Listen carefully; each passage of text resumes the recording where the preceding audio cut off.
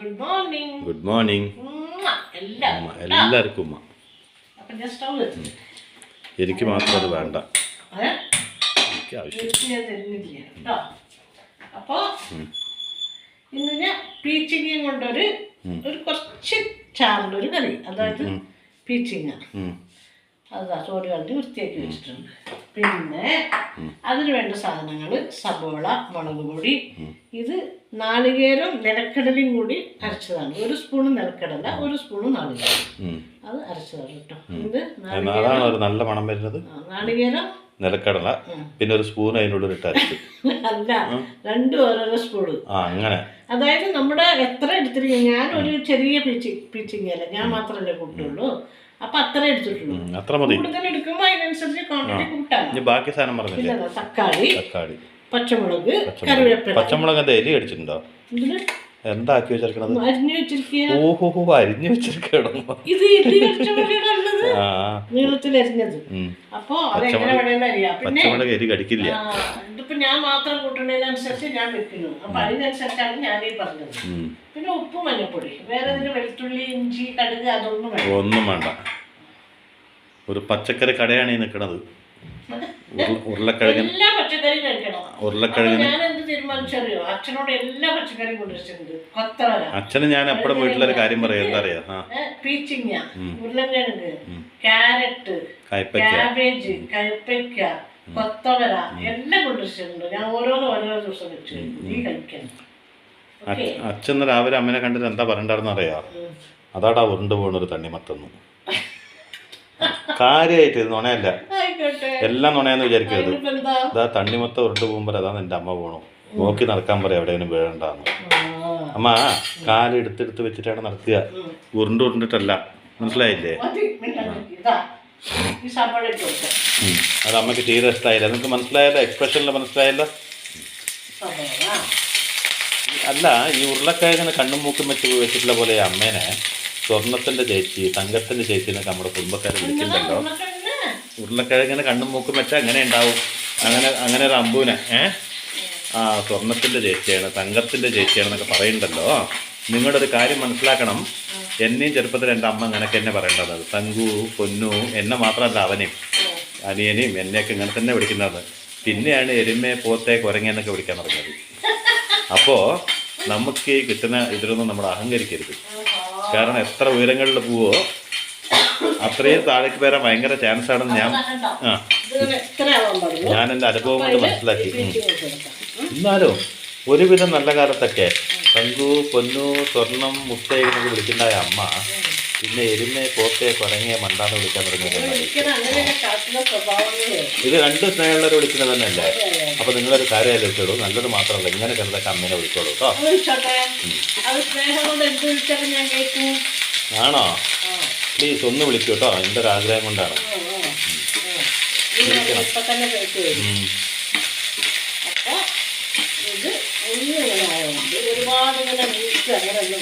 ഏതാ? പിന്നെ തക്കാളി കൊടുക്കാം, ഒരു ചെറിയ തക്കാളി വേണ്ടത്.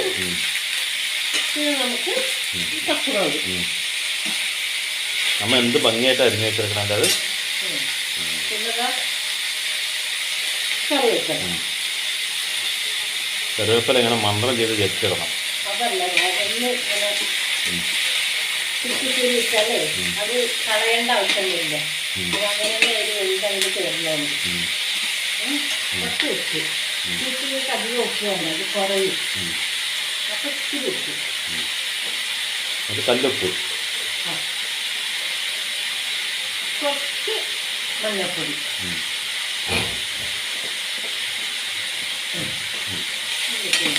ഇത് പെട്ടെന്നാവുമല്ലോ.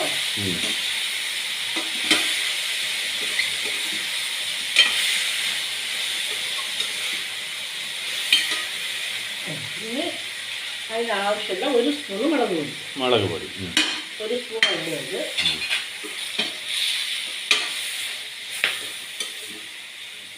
എന്താ അമ്മ നന്നാവത്ത്? ഞാൻ എത്രയൊക്കെ നന്നായാൽ മതി, എൻ്റെ പൊന്നുമ്പോൾ നന്നാവും കേട്ടോ. ഞാൻ എത്രയൊക്കെ നന്നായ പോരമ്മ. അപ്പോൾ കുറച്ച് വെള്ളം, ഇത് വേവാണ്, ഒരുപാട് ചാറൊന്നും വേണ്ട. അപ്പോൾ കുറച്ച് വെള്ളം. ആ സബോളയുടെ തൊലിയും കൂടി അതിൽ ഇട്ടിട്ടുണ്ടോ എന്ന് എനിക്കൊരു സംശയം. തൊലിയൊന്നുമല്ല, സബോള ചുവന്നതാണ്. ഇപ്പൊ പലവിധ സബോളകളുണ്ട്. അപ്പൊ ഇത് അടച്ചു വെച്ചു. ഇനി ഒരു നിമിഷം വേസ്റ്റ് ചെയ്യാണ്ട് നിങ്ങളെ ബോറടിപ്പിക്കാൻ വേണ്ടി അമ്മ ഒരു കഥ പറയുന്നതായിരിക്കും.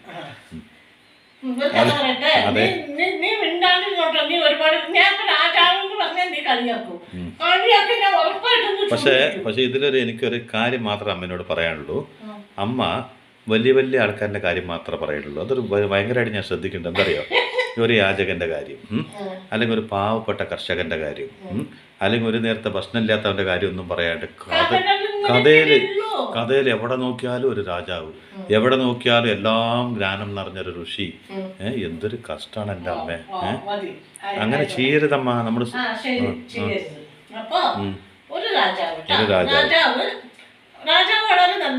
രാജാക്കന്മാരെല്ലാം നല്ലവരായിരിക്കും. പൈസ ഉള്ളവൻ ആൾക്കാർ പൊതുവെ ഒരു പേര് വിളിക്കും, നല്ലവൻ നല്ലവൻ നല്ലവൻ. രാജാവ് നല്ല രാജാവ് തന്നെയാണ്, എല്ലാ നല്ല കാര്യങ്ങളും ചെയ്യും, നല്ല മനുഷ്യനാണെന്ന് ഞാൻ പറഞ്ഞത്. പക്ഷെ ആൾക്കുള്ള ഒരു ചീത്ത സ്വഭാവം എന്താണെന്നറിയോ? രാജാവായത്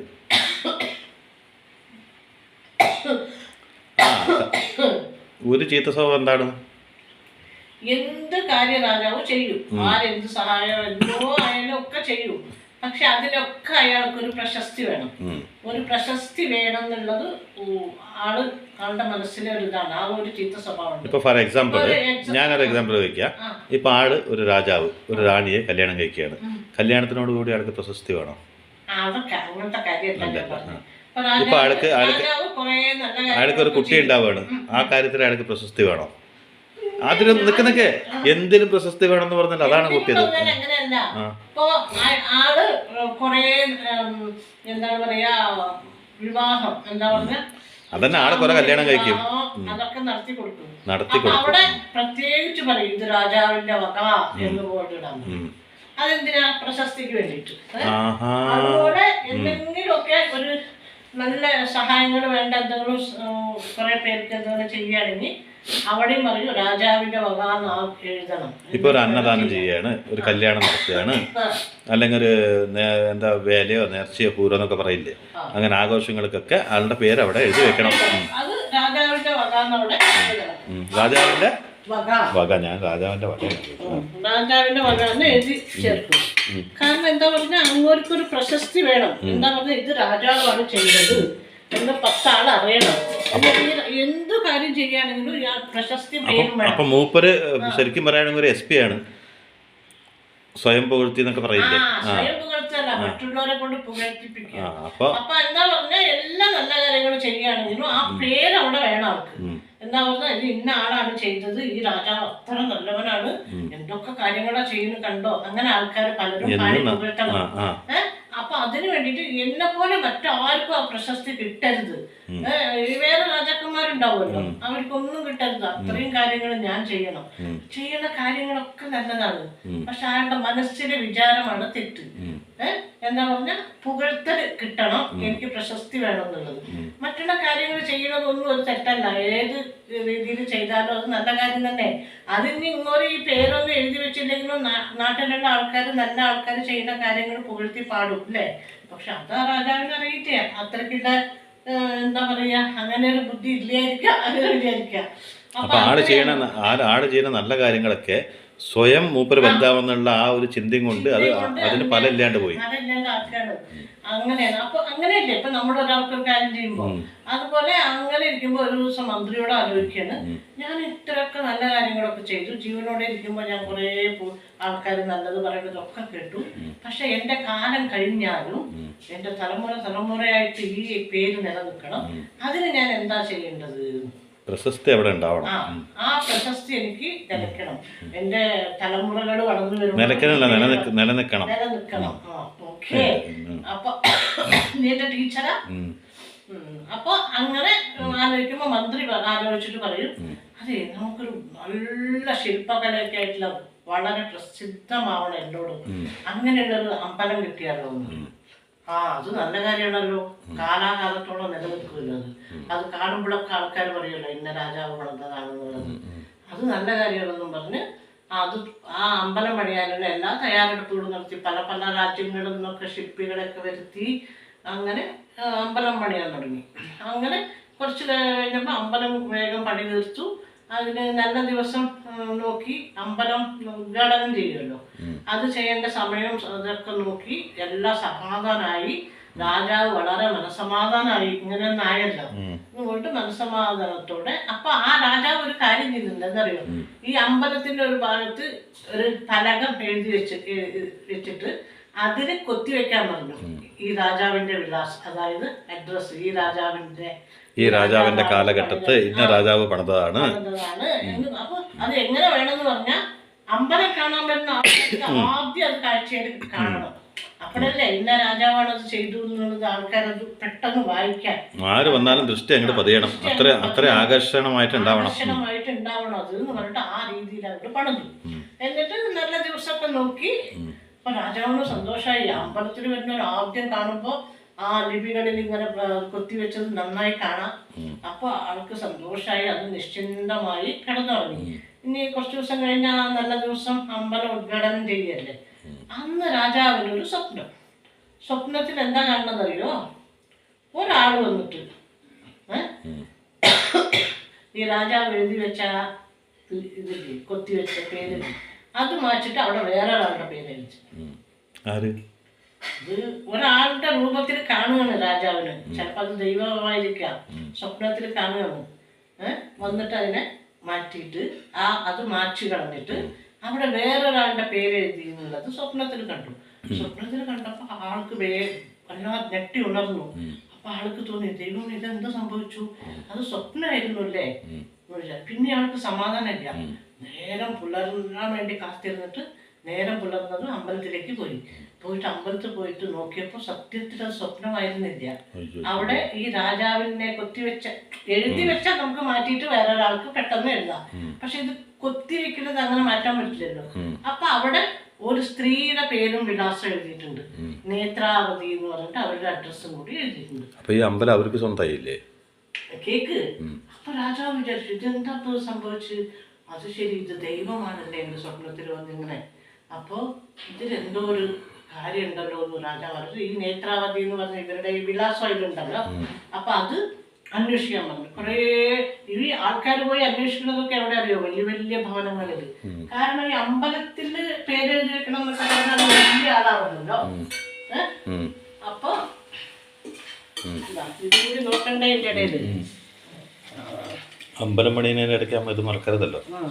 ഇത് കൂടി ചെറുതായിട്ടൊന്ന് കഴിയുമ്പോൾ നമുക്ക് അരപ്പിടാം. 5 മിനിറ്റ് കൂടി ഇരിക്കട്ടെ. അപ്പോ ഈ രാജാക്കന്മാർ പറഞ്ഞേക്കുന്ന ഭടന്മാർ മുഴുവൻ പോയി നോക്കണത് ഈ വലിയ വലിയ ഭവനങ്ങളിലാണ്. അവിടെ ഒന്നും ഇങ്ങനെ ഒരു അഡ്രസ് ഇല്ല. അപ്പൊ ഇങ്ങനെ തെരഞ്ഞു വരുന്ന സമയത്ത് ഒരാൾ പറഞ്ഞു, നിങ്ങൾ ഈ തെരയുന്ന ആള് ഇതാ ആ കാണുന്ന വീട്ടിൽ താമസിക്കേണ്ടത് ഒരു ചെറിയ വീട്. അവിടെ അതാണ് ഈ പേരുള്ള ആൾ അവിടെ ഉണ്ട്. ഒരു വയസ്സായ ഒരു അമ്മയാണെന്ന് പറയും. അപ്പൊ അവിടെ പോയി നോക്കിയപ്പോ അതാണ് കറക്റ്റ്. നേത്രാവതി എന്ന് പറഞ്ഞ അവരുടെ ചെറിയൊരു വീട്, വലിയ കഴിവൊന്നും ഇല്ലാത്തതാണ്. അപ്പൊ രാജാവിനോട് പറഞ്ഞു. രാജാവ് അവരെ വിളിപ്പിച്ചു. അവരെ കൊണ്ടുവരാൻ പറഞ്ഞു. അവര് വന്നപ്പോ രാജാവ് വളരെ ഭവ്യതയോടെ ചോദിച്ചു, അമ്മേ, നിങ്ങൾ ഈ അമ്പലം പണിയുന്ന സമയത്ത് എന്തെങ്കിലും ഈ അമ്പലത്തിലേക്ക് നിങ്ങൾ സഹായം ചെയ്തിട്ടുണ്ടോ? അപ്പൊ പറയും, ഞാൻ സഹായം ചെയ്യാൻ മാത്രം വലിയ ആളല്ല രാജാവേ, എനിക്ക് അത്രയ്ക്കുള്ള കഴിവുമില്ല, ഞാൻ ഒന്നും ചെയ്തിട്ടില്ല, എൻ്റെ ഓർമ്മയിലില്ല എന്ന് പറയും. അപ്പൊ പറയും, പിന്നെ ഈ അമ്പലത്തിലൊക്കെ എന്തെങ്കിലും സഹായം ചെയ്യാൻ എന്നെ കൊണ്ട് പറ്റുമോ രാജാവേ? എന്നെ കണ്ടാൽ നിങ്ങൾക്ക് മനസ്സിലാവില്ലേ, ഞാൻ ചെറിയൊരു വീട്ടിൽ ഒറ്റയ്ക്ക് താമസിക്കുകയാണെന്ന് പറയും. അപ്പോൾ അല്ല, എന്നാലും നിങ്ങൾ എന്തിനാ അങ്ങനെ ചോദിക്കുന്നത് പറയും. അതെ, അമ്പലത്തിൽ എൻ്റെ പേരിങ്ങനെ കാര്യങ്ങളൊക്കെ പറയും. ആ പേരിൻ്റെ സ്ഥാനത്ത് നിങ്ങളുടെ പേര് എഴുതി കൊത്തിയിട്ടുണ്ട്, അത് എന്താണെന്ന് അറിയണം. അപ്പം ഒന്നും ചെയ്യാണ്ട് അതുണ്ടാവില്ലല്ലോ. അപ്പം ദൈവം അങ്ങനെ ചെയ്യണമെങ്കിൽ എന്തെങ്കിലും ഒരു കാര്യം ഉണ്ടാവുമല്ലോ.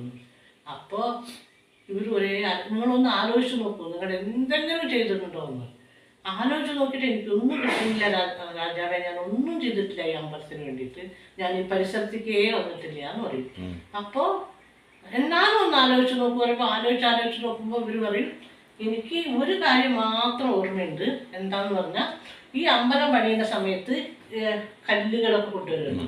ഈ അമ്പലത്തിൽ ശില്പങ്ങൾക്കുള്ള ആ കല്ലുകളൊക്കെ കൊണ്ടുവരുമ്പോൾ അവിടെ ഭാരമൊക്കെ ഏറ്റിട്ട് വരുന്ന ആൾക്കാരും പിന്നെ വണ്ടി പറഞ്ഞ ഈ കാടയും കുതിരയൊക്കെ ആയിട്ടുള്ള വണ്ടികളിലൊക്കെ സാധനങ്ങൾ കൊണ്ടുവരുമ്പോൾ അവർ വളരെ അവശരായി കാണുമ്പോൾ ഞാൻ അതിന് കുറച്ച് പേർക്ക് എൻ്റെ കയ്യിലാവണത്രയും പേർക്ക് ഞാൻ മോരും വെള്ളം കൊടുത്തിട്ടുണ്ട്. അത് കഴിയുമ്പോൾ ഞാൻ കുറെ പച്ചവെള്ളം കൊടുക്കും. അതുപോലെ ആ വായ വരാത്ത പ്രാണികളല്ലേ മറ്റേ കുതിരയും കാടൊക്കെ, അതിനൊക്കെ ഞാൻ കുറച്ച് പച്ചവെള്ളം കൊടുക്കും, കുറച്ച് പുല്ലൊക്കെ അരിഞ്ഞു വെച്ച് അവറ്റകൾക്ക് കൊടുക്കാറുണ്ട്. അത് മാത്രമേ ഞാൻ ചെയ്തിട്ടുള്ളൂ. അല്ലാണ്ട് ഈ പരിസരത്ത് വന്നിട്ട് ഞാൻ ഒന്നും ചെയ്തിട്ടില്ല എന്ന് പറയും. വിശന്ന് ദാഹിച്ചു വരില്ല അത്രയും ദൂരത്തു നിന്നൊക്കെ. അപ്പം അവർക്ക് ഞാനിത് കൊടുത്തിട്ടുണ്ട് എന്ന് പറയും. അപ്പം രാജാവിന് മനസ്സിലാക്കും അത് ശരി, അത് ഞാൻ ഒന്നും വിചാരിച്ച് ചെയ്തതല്ല. എനിക്ക് അവരെ കണ്ടപ്പോൾ തോന്നി എൻ്റെ കയ്യിലാവുന്നത് പാവം എന്നും വിശന്നും ദാഹിച്ചും വരുന്ന ആൾക്കാർ, ആ മൂക പ്രാണികളും. അപ്പം അവർക്ക് എന്തെങ്കിലും എൻ്റെ കയ്യിലാവുന്നത് എനിക്ക് ചെയ്യണമെന്ന് തോന്നി ഞാൻ ചെയ്തു. അത് ഞാൻ ഒന്നിനും വേണ്ടി ചെയ്തതല്ല, ഞാൻ തെറ്റാണോ ചെയ്തത് എന്ന് ചോദിക്കും. അപ്പം രാജാവിന് മനസ്സിലായി. എന്താ അറിയോ, അവര് ഒരു നിസ്വാർത്ഥമായിട്ട് ഒരാളെ കണ്ട് ദാഹിക്കാൻ ഇത്തിരി വെള്ളം അവരുടെ കയ്യിൽ കുറച്ച് പേർക്ക് കൊടുക്കാനുള്ള മോരും വെള്ളം ആയിരിക്കും, അതവർ കൊടുത്തു. കാരണം അവരോട് ചോദിച്ചിട്ടല്ല, അവരറിഞ്ഞ് ചെയ്തതാണത്. അവർ മറ്റുള്ളവരുടെ കഷ്ടപ്പാട് ദാഹം ഒക്കെ അറിഞ്ഞിട്ട് അവരത് ചെയ്തു. ആ മൂക പ്രാണികൾക്കും അതുപോലെ തന്നെ അവർ അത്രയും ദൂരത്ത് നിന്ന് ഒറ്റങ്ങൾ വരികയല്ലേ എന്ന് പറഞ്ഞ് കുറച്ച് പുല്ലൊക്കെ അരിഞ്ഞ് വെച്ച് പച്ച വെള്ളമാണെങ്കിലും അവർക്ക് അത് കൊടുത്തു. പക്ഷെ അത് എന്തെങ്കിലും കിട്ടണമെന്നുള്ള പ്രതിഫലം കിട്ടും എന്നുള്ള ഉദ്ദേശത്തോടെ അല്ല കൊടുത്തത്. അപ്പോൾ ദൈവം അത് കണ്ടു. പക്ഷെ രാജാവ് ചെയ്തത് എന്താണ്, പ്രശസ്തിക്ക് വേണ്ടിയിട്ട് ഒരുപാട് പണം ചെലവാക്കി അമ്പലം പണിയുന്നു, മറ്റുള്ള കാര്യങ്ങൾ ചെയ്യുന്നു. എല്ലാം നല്ലതാണെങ്കിലും കൂടി അതിലൊരു സ്വാർത്ഥതയുണ്ട്. പക്ഷെ ഈ വയസ്സായ അമ്മ ചെയ്തതിൽ സ്വാർത്ഥതയില്ല. അപ്പോൾ ആ അമ്മ എനിക്ക് എന്തെങ്കിലും കിട്ടണം നേടണം എന്നുള്ള ചിന്തയുണ്ടായിരുന്നില്ല. അപ്പൊ അത് എന്തിനാണ് ഇതിന്റെ എന്താ ഇതിന്റെ സാരാംശം എന്ന് മനസ്സിലായോ? നമ്മൾ ഒരാൾക്ക് എന്തെങ്കിലും ചെയ്യണമെങ്കിൽ നമ്മൾ ഒരാളുടെ അറിഞ്ഞ് അവർ ചോദിക്കാതെ അവർക്ക് നമ്മൾ കൊടുക്കില്ലേ? ഒന്നും നമ്മളടുത്ത് ചോദിക്കാതെ നമ്മൾ അറിഞ്ഞിട്ട് കൊടുക്കില്ലേ? അവർക്ക് ഇങ്ങനെ ഉണ്ട്, നമ്മുടെ കയ്യിലാവുന്നത് എന്തെങ്കിലും കൊണ്ടുപോയി കൊടുക്കാന്ന് പറഞ്ഞ് കൊടുക്കുക. എന്നുവെച്ചാൽ അത് ഒറ്റ മനുഷ്യനറിയരുത്. അതുപോലെ നമ്മൾ മിണ്ടാണ്ടിരിക്കുക, അത് നിസ്വാർത്ഥം. വലത്തേ കൈ കൊടുക്കണത് ഇടത്തേ കൈ അറിയാൻ പാടില്ല എന്ന് പറയുന്ന രീതി. അല്ലാതെ അവര് ചോദിച്ചു വരട്ടെ, അവർക്ക് ആവശ്യമുള്ളപ്പോൾ ചോദിക്കുമല്ലോ, എന്നിട്ട് കൊടുക്കാന്നല്ല. നമുക്ക് അവരുടെ കഷ്ടപ്പാടുകൾ അറിഞ്ഞിട്ട് അത്രയും ബുദ്ധിമുട്ടുണ്ടെങ്കിൽ യഥാർത്ഥത്തില് പ്രസക്തിക്ക് വേണ്ടി നമ്മൾ പ്രവർത്തിക്കുമ്പോൾ നമ്മൾ പരിയാസമായി മാറുന്നു അല്ലേ? എന്നാൽ നമ്മൾ നാച്ചുറലായിട്ട് നമ്മൾ ചെയ്യുന്ന കർമ്മങ്ങൾക്ക് നമുക്ക് നല്ല കിട്ടുമോ കിട്ടില്ല അതിനെപ്പറ്റി ഒന്നും ചിന്തയില്ലാണ്ട് നമ്മൾ ചുമ്മാ ചെയ്തും കൊണ്ട് പ്രശസ്തി എന്ന് പറയുന്നത് നമ്മളെ തേടി വരുന്നത്. ഇതാണ് പ്രസക്തി. ഇതിനു വേണ്ടി ജീവിതത്തിൻ്റെ ഒരു ഭാഗം നമ്മൾ മാറ്റി വയ്ക്കാൻ പാടില്ല. ഞാൻ ഏറ്റവും വലുതാവണം. ഇപ്പം കണ്ടോ, ഒരു പഞ്ചായത്ത് മെമ്പർ പെട്ടെന്ന് എം എൽ എ ആവണം, എം എൽ എ പിന്നെ മന്ത്രി ആവണം. മന്ത്രി ആയി കഴിഞ്ഞാൽ എന്താ ചിന്ത, മുഖ്യമന്ത്രി ആവണം. മുഖ്യമന്ത്രി ആയിട്ട് ഏതാണ്ട് കുടിയിലേക്ക് കാല് വെക്കാൻ പോകുമ്പോൾ അയാൾ ആലോചിക്കുന്ന പ്രധാനമന്ത്രിയായിട്ട് വെച്ചാൽ മതി. ഇതാണ് ഈ ലോകം അല്ലേ? അപ്പോൾ ആഗ്രഹങ്ങൾക്ക് ഒരിക്കലും അവസാനം ഇല്ല. ഈ സ്വയം വലുതാവുക, അതിന് ഞാൻ എന്തൊക്കെ ചെയ്യാൻ പറ്റും എന്നുള്ള ചിന്തയും കൊണ്ട് നടക്കുന്ന ഒരു സമൂഹമാണ് നമ്മുടെ ചുറ്റുമുള്ളത്. നോക്കിക്കോളൂ. ഇത്രേ വേണ്ടു, ഇത്ര കറി ഉണ്ടാവും. ഇത് കൂട്ടി നമുക്ക് ചോറുണ്ണ, പിന്നെ എന്തെങ്കിലും ചപ്പാത്തിയോ റൊട്ടിയോ എന്ത് വേണമെങ്കിലും കഴിക്കാം. ചോറിൻ്റെ കൂടി എല്ലാം കഴിക്കാം. ഇത് നല്ല ടേസ്റ്റാണ്, സിമ്പിളല്ലേ, പെട്ടെന്ന് 10 മിനിറ്റ് കൂടി വേണ്ട ഉണ്ടാക്കാൻ പറ്റും. കുറച്ചും കൂടി കറിവേപ്പില നമുക്ക് ഇടാം, എന്നിട്ട് ഇത് ഓഫ് ചെയ്യാം. ഇത്രയേ ഉള്ളൂ. അപ്പോൾ പ്രസക്തിക്ക് വേണ്ടി നമ്മൾ ഒരു ഓട്ടപ്പാച്ചൽ നടത്തേണ്ട ആവശ്യമില്ല. ഞങ്ങളുടെയൊക്കെ പ്രവൃത്തി ശരിയാണെങ്കിൽ നിങ്ങളറിയാതെ പ്രസക്തി നിങ്ങളെ തേടി വരും. ഒരു പുരസ്കാരം പോലെ അത് ജനഹൃദയങ്ങളിൽ നിന്നും തങ്ങി നിൽക്കും. അതിലൊരു വ്യത്യാസം വരില്ല. അത് സത്യമാണ്. സൂര്യനക്ഷത്രന്മാരുള്ള കാലം വരും, അതെന്നും ശാശ്വതമായി അങ്ങനെ തന്നെ തിളങ്ങും. അതല്ലാണ്ട് നിങ്ങളൊരു ഉള്ള സമ്പത്തൊക്കെ ചെലവ് ചെയ്ത് നിങ്ങൾ എന്തെങ്കിലും ഗോപുരം കിട്ടിയാലും അതിൻ്റെ മുകളിലൊരു കുതുബ് മിനാർ കിട്ടിയാലും ഒന്നും ഒരു കാര്യമില്ല. കാരണം എന്താ വെച്ചാൽ ജനഹൃദയങ്ങളിൽ സ്ഥാനം എടുക്കാമെന്ന് പറയാൻ നന്മയും കൊണ്ട് മാത്രമേ നമുക്ക് സ്ഥാനം എടുക്കാൻ പറ്റുള്ളൂ. അതിൽ മാത്രമേ ദൈവത്തിൻ്റെ ഒരു കയ്യൊപ്പ് ഉണ്ടാവുള്ളൂ എന്നുള്ള സത്യം അതിലുണ്ട്. കാരണം നമ്മൾ ഈ പ്രസിദ്ധി കിട്ടാൻ വേണ്ടി മാത്രം ഇന്ന് സോഷ്യൽ മീഡിയയിൽ കാണും പോലെ ഒരു ബിരിയാണി പൊതി ഇങ്ങനെ തുറന്നിട്ട് എവിടെയോ കിടക്കുന്ന ഒരാളെ ഈ കാലം വരെ ആരും ഒന്നും കൊടുത്തിട്ടുണ്ടാവില്ല. അന്ന് പോയിട്ട് വായിലത് കൊടുത്ത് മിനറൽ വാട്ടർ തുറന്നിട്ട് അത് കൂടെ വെള്ളം ഒഴിച്ചിട്ട് അച്ഛനും മകളൊക്കെ കൂടി സത്കരിക്കുന്നതൊക്കെ നിങ്ങൾ കണ്ടിട്ടുണ്ടാവുക. കണ്ടിട്ട് ഒരു 1000 ലൈക്കൊക്കെ അതിന് കിട്ടിയിട്ടുണ്ടാവുക. ഇത് കണ്ടറിഞ്ഞൂടെ ഒരു നന്മ ചെയ്യുന്ന ഒരാൾ വ്യക്തമെന്ന് ഭക്ഷണം കൊടുക്കുമ്പോൾ ഒരിക്കലും ഫോട്ടോ വീഡിയോ ഒന്നും പിടിക്കാറില്ല. അപ്പോൾ ഏതൊരു സത്കർമ്മം ചെയ്യുമ്പോഴും ഒരു വീഡിയോ കൊണ്ട് നടക്കുന്ന കുറേ നേതാക്കന്മാരെ നമ്മൾ കണ്ടിട്ടുണ്ടാവും, കുറേ സിനിമാ നടന്മാരെ നമ്മൾ കണ്ടിട്ടുണ്ടാവും. എല്ലാവരും പറയാം പറയാം. പിന്നെ ഒരുവിധം സമ്പന്നരായ വ്യക്തികളൊക്കെ എന്തെങ്കിലും ചെയ്യുമ്പോൾ അതിൻ്റെ ഒപ്പം ഒരു വീഡിയോ പിടിച്ചു കൊണ്ടുകൊണ്ട് നടക്കുന്നുണ്ടാവും. ഇതാ മഹത്തായ വ്യക്തി തന്നെ ചെയ്തുകൊണ്ടിരിക്കണോ എന്ന് പറയാൻ ഒരാൾ അപ്പുറത്ത് ക്യാമറയും പിടിച്ച് നിൽക്കുന്നുണ്ടാവും. ഇതൊന്നും അല്ല ദാനധർമ്മം എന്ന് പറയുന്നത്. എത്രയോ വലിയ വലിയ ആൾക്കാർ നമ്മുടെ ഇടയിൽ, നമ്മുടെ സമൂഹത്തിൽ, നമ്മുടെ അടുത്ത് ഇപ്പോഴും ഉണ്ട്. അവരൊക്കെ ചെയ്യുന്ന നന്മകളൊന്നും ലോകം ഇതുവരെ അറിഞ്ഞിട്ടുമില്ല. അത്ര ക്ലാരിറ്റിയോട് കൂടിയാണ് ഓരോരോ കാര്യങ്ങൾ ചെയ്യുന്നത്. കാരണം അത് ഒരു പുണ്യത്തിനുള്ളൊരു വഴിയാണ്. നമ്മൾ ചെയ്യുന്ന പ്രവൃത്തിയാണ് നമ്മുടെ പുണ്യം. അതിലൂടെ വരുന്ന പ്രശസ്തി എങ്ങനെയാണെന്ന് പറഞ്ഞാൽ ജനഹൃദയങ്ങളിൽ എന്നൊരു പ്രാർത്ഥനയെ നമ്മളറിയാതെ 1000 ലക്ഷം അങ്ങനെ ഒരുപാട് ആൾക്കാർ പാരാട്ടി അവസാനം നിങ്ങൾക്ക് തന്നെ അറിയാം ഞാൻ എത്ര വലിയൊരു മനുഷ്യനായി മാറും നിങ്ങൾക്കറിയില്ലേ, ഒരു സർപ്രൈസ് പോലെ. അതാണ് യഥാർത്ഥമായ എന്താ പറയുക, യഥാർത്ഥമായ എല്ലാ അവാർഡുകളും അതാണ്. ഒരു മനുഷ്യൻ എന്താ നമ്മൾ പറയുന്ന എല്ലാ നേട്ടങ്ങളും എന്ന് വെച്ചാൽ പുരസ്കാരങ്ങളും നേട്ടങ്ങളും ഇതെല്ലാം വന്നു ചേരുന്നത് എന്നാന്ന് പറഞ്ഞാൽ നിങ്ങൾ പോലും അറിയാതെ നിങ്ങളുടെ കഥവിൽ തട്ടി നിങ്ങളുടെ വ്യക്തിത്വത്തെ മറ്റൊരു 100 പേര് നിങ്ങളുടെ വീട്ടിൻ്റെ ഉമ്മർത്ത് നിന്നിട്ട് നിങ്ങളെന്ന് പറഞ്ഞ മനുഷ്യൻ ഇങ്ങനെയാണല്ലേ എന്ന് ചോദിക്കുമ്പോൾ ഒരു സസ്പെൻസ് പോലെ നിങ്ങൾ കീപ്പ് ചെയ്ത് കൊണ്ടുപോകണത് നല്ല കാര്യം. അത് ഒരുപാട് പേരെ സഹായിക്കണമെന്നൊന്നുമില്ല. കൊല്ലത്തിന് ഒരു ദിവസം നിങ്ങൾക്കൊരു സ്പെഷ്യലായിട്ടൊരു ദിവസം ഉണ്ടെങ്കിൽ അന്ന് നിങ്ങളുടെ ബർത്ത്ഡേ ആയിരിക്കാം, അല്ലെങ്കിൽ വെഡ്ഡിങ് ആനിവേഴ്സറി ആയിരിക്കാം. ആ ഒരു നല്ല ദിവസം നല്ല ഭക്ഷണം കഴിക്കാൻ പറ്റുന്ന ഏതെങ്കിലും ഒരു സ്ഥലം ഉണ്ടാവില്ലേ, അവിടെ പോയിട്ട് ഒരു 10 പേർക്ക് ഭക്ഷണം കൊടുത്താലും നിരന്തരമായിട്ട് അതൊരു കാര്യം മാത്രം ചെയ്താലും മതി. നിങ്ങൾ ഈ പറയുന്ന ഏറ്റവും ഉയരങ്ങളിലെത്താൻ വേറെ ഒന്നും ചെയ്യേണ്ട ആവശ്യമില്ല. അതാണ് മനസ്സിൻ്റെ നന്മ. പിന്നെ ഒരു കാര്യം ഞാൻ പറയാനുണ്ട്. ഇപ്പം അമ്മയ്ക്ക് നാളെ അഹങ്കാരം വരാണ്ടിരിക്കാൻ വേണ്ടിയിട്ടാണ് ചോദിക്കുന്നത് കേട്ടോ. അമ്മ മമ്മൂട്ടിയുടെ അമ്മുമ്മയായിട്ട് അഭിനയിക്കാമെന്ന് വിചാരിച്ചു. അപ്പോൾ വിചാരിക്കണ സമയത്ത് പെട്ടെന്ന് ആ റോഡ് കഴിഞ്ഞ് അമ്മ തിരിച്ചു വരുന്ന സമയത്ത് അമ്മയ്ക്കൊരു അഹങ്കാരം വരരുത്. എന്നെ കണ്ട തിരിച്ചറിയണേ എന്നാ മമ്മൂട്ടിൻ്റെ അമ്മുമ്മ എന്ന് പറഞ്ഞാ ആവാമ്മ ആവാ, അതിനൊന്നും കുഴപ്പമില്ല. നമ്മുടെ ഇഷ്ടതാരല്ലേ മമ്മൂട്ടി. അപ്പോൾ മമ്മൂട്ടിയുടെ അമ്മുമ്മ ആവാൻ പറ്റില്ല അമ്മയ്ക്ക്? വേണ്ട, അമ്മക്ക് നമ്മുടെ ഇഷ്ട ഗായകൻ ദാസേട്ടനാണല്ലോ. ദാസേട്ടൻ്റെ ശബ്ദത്തിൽ അമ്മക്കൊരു ആൺവേഷം കെട്ടി പാടാൻ പറഞ്ഞ അമ്മ പാടുവോ? ചുണ്ടനക്ക് അത് പറ്റൂലേ? മമ്മൂട്ടിയുടെ അമ്മുമ്മ ആവാൻ പറ്റില്ല? പോട്ടെ, മമ്മൂട്ടിയുടെ ചേച്ചിയാവാൻ പറ്റുമോ? അതൊന്നും പറ്റില്ല. പിന്നെ അമ്മ ഉദ്ദേശിക്കണ ഞാൻ ഒരിക്കലും ആക്കൂല്ല. അതെന്താ ഹീറോയില്ല, അതൊന്നും നടക്കാത്ത കാര്യമാണ്. പിന്നെ അനിയത്തി ആവാനുള്ള പ്രായമല്ല കേട്ടോ. ആണല്ലോ, അനിയത്തി ആവാൻ പറ്റുമോ? ഓ എൻ്റെ അമ്മോ. അമ്മ എന്തൊക്കെയമ്മ ആഗ്രഹം, അതാണ് പറയണത്.